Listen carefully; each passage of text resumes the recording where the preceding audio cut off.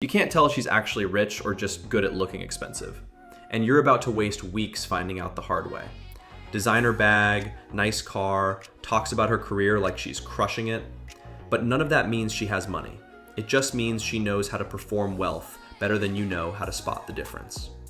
I'm showing you exactly what separates women with actual money from women who want you to think they have money. Some of these tells are obvious once you see them.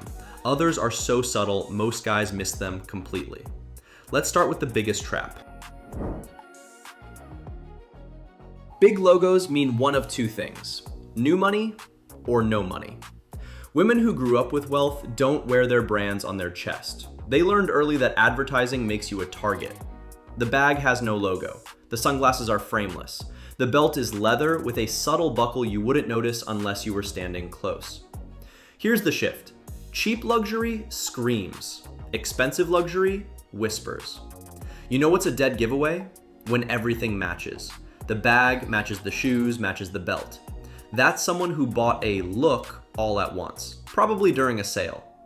Rich women mix. Old piece, new piece, vintage piece. It looks effortless because it is. And pay attention to the fabric, not the label. Run-of-the-mill cashmere versus the good stuff, you can feel it. Silk that's actually silk versus polyester blend, different weight, different drape. She's not wearing it to impress you. She's wearing it because it feels better on her skin. But clothes lie, behavior doesn't. Watch what she does with the menu. She picks it up, she reads it. She doesn't flip to the back to check prices. She doesn't scan the right side of the page where the numbers are. She's actually deciding what she wants to eat. That's the first tell. Second tell, she doesn't order like she's trying to prove something. The woman performing wealth orders the $85 Wagyu to make a statement. The woman with actual wealth orders the pasta because she had steak 3 times this week already. Here's the thing about rich people. They're not impressed by expensive menus because they eat at expensive restaurants all the time. It's Tuesday, this isn't special. She's trying to figure out if she wants fish or chicken, not whether she can afford it. And when the check comes, watch closely. Does she reach for her wallet? How fast? Does she hesitate and wait for you to stop her, or does she genuinely pull out her card like splitting is normal? Women with money aren't keeping score. The $80 dinner tab doesn't register as significant enough to create a power dynamic. One guy told me his now girlfriend insisted on splitting the first 3 dates. Not because she was testing him, because $50 just wasn't worth negotiating over in her world. But the menu is surface level. You want the real tell? Listen.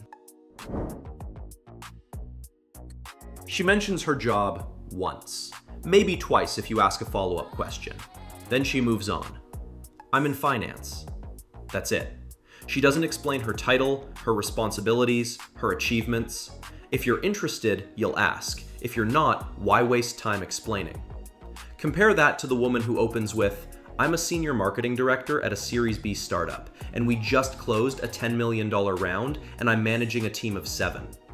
She needs you to know she's successful. The details are a sales pitch. Rich women assume their success is obvious. They don't list credentials like they're interviewing for a job. And here's the critical part. They never mention money. Not their salary, not their bonus, not what they made on their last investment. Talking about numbers directly is tacky. Wealth shows up in the details, not the declarations. I just got back from 3 weeks in Italy, not, I spent $15,000 on a trip to Italy. See the difference? My place is under construction, so I've been staying at my parents' house in Westchester, not, I'm renovating my $2 million condo. The information is there, she just didn't need to say it out loud. Real quick, if this is making you rethink every date you've been on, hit the like button and drop a comment. Have you ever misjudged someone's wealth based on appearances? I'm curious how often people get this wrong. But even if she talks the right way, there are physical details you can't fake. The maintenance test. Her phone screen. Is it cracked? Scratched? Does the case look like it's been through a war? Rich people replace things before they break. Or they take care of them so they don't break in the first place. A cracked iPhone 16 tells you she buys things but doesn't maintain them. That's a specific relationship with money, and it's not the one you're looking for. Her nails.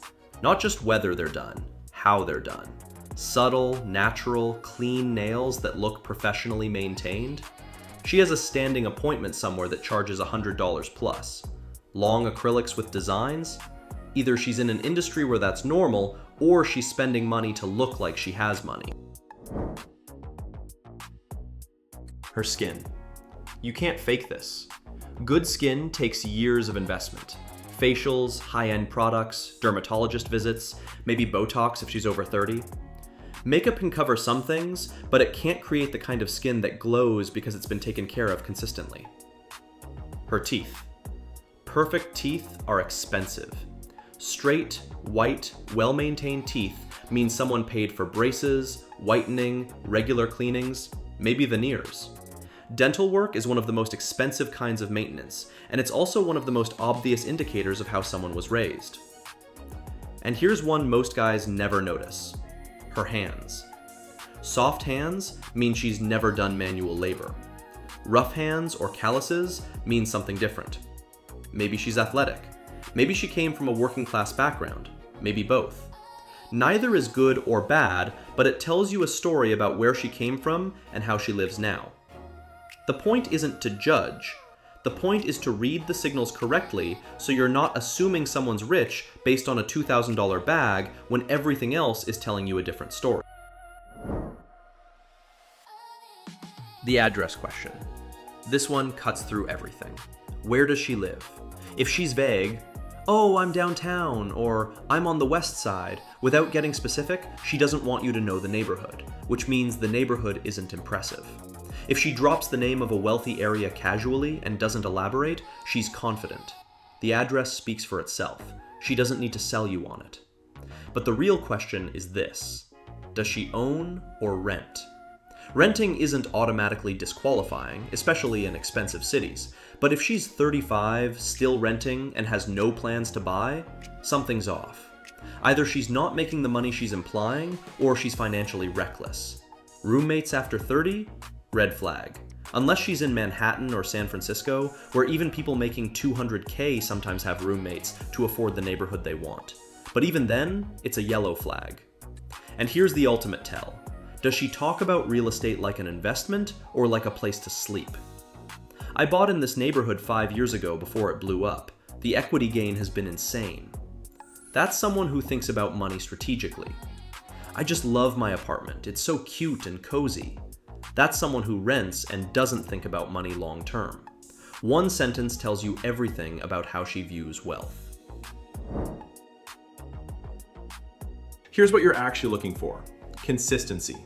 Expensive clothes with no logos, maintained phone and nails, effortless ordering at restaurants, casual mentions of vacations or hobbies that cost money, an address she's not embarrassed by, and real estate she talks about like an asset.